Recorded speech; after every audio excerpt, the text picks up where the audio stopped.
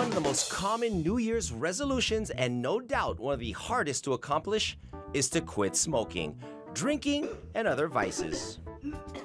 Una-una, masama siya sa health. Pangalawa, masakit siya sa bulsa. And pangatlo, nakaka-worry din siya sa mga family members. Kasi sana maisip ng mga tao na may bisyo na hindi lang katawan nilang naapektuhan, pati yung family members nila dahil syempre second-hand smoking. Or pangalawa, nag-aalala yung family members mo sa katawan mo. Puti sana kung ikaw lang yung naapektuhan, di ba? Kasi pati yung family members, sila rin yung mag-aalaga sa'yo, magastos din siya. So, sana ma-realize yun ng may mga bisyo. Pero, I don't wanna judge them kasi nga, very addictive kasi yung mga smoking may nicotine. Sabi ko naman kasi sa'yo, tigilan mo na yung sigarilyo, Mi. We are one of the countries in Asia na may pinakamurang inumin. So, parang ang hirap niyang i-quit dahil number one, mura.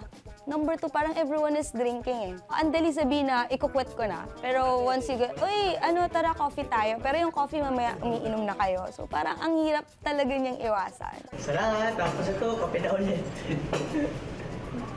Kahit yung mga taong naninigarilyo, alam nilang masama yun, pero hindi nila mabago-bago kasi nga naging parte na ng kanilang buhay. Yung iba, hindi makapunta sa toilet kung hindi maninigarilyo. Yung mga ganyan, mas nakatali na sa kanilang pamumuhay kung kaya kailangang baguhin talaga ang lifestyle para ma-address ang problema. Now, despite the difficulty, though, we know it's tough. Many people resolve to give up the habit so they can live a healthier life. Minsan, problem talaga siya psychological problem talaga siya na kailangan i-treat ng maayos. So I think for yung mga ganitong malalaking bisyo na kailangan baguhin, malalaking effort ang kailangan. Hindi siya yung pagsalita lang na, let's stop this. Kailangan may support system ka. Kailangan major life changes. At saka kailangan, usually, malalaking factors yun para magbago kayo. Like, na-hospital ka, or meron kang family member na talagang nakita mo na nagkasakit dahil sa bisyo na yan. Doon yung mga major life changes para magbago ka Pero kung minor lang na parang, ayoko na magyosi bukas, mahirap siya gawin. Ang pinaka-fans, can you share with us some tips on how to accomplish this difficult task? Make sure you leave it in our comments section in the Facebook page.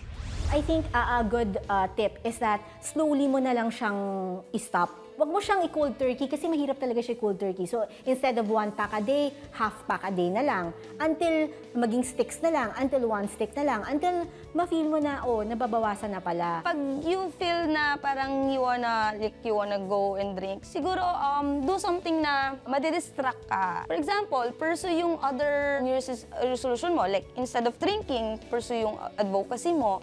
Ganap ka ng ibang distraction para maiwasan mo siya. Iba-iba yung kakayanan ng bawat tao Ako halimbawa, nung high school ako, naninigarilyo ako.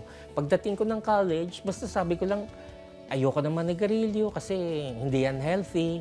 Yung iba nagugulat na, kaya mo agad-agad yun.